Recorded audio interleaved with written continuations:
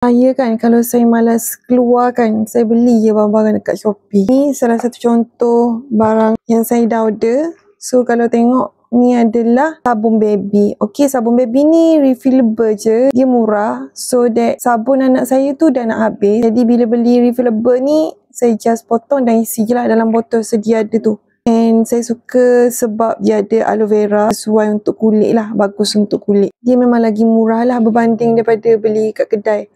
And dia ada lagi pilihan-pilihan lain. Okay, korang boleh test sendiri yang mana satu yang korang suka, yang mana satu yang korang rasa wangi. Yang penting benda-benda simple setakat nak beli sabun macam ni, nak keluar rumah. Kalau malas tu tak payahlah, order je dekat Shopee. Murah pun murah.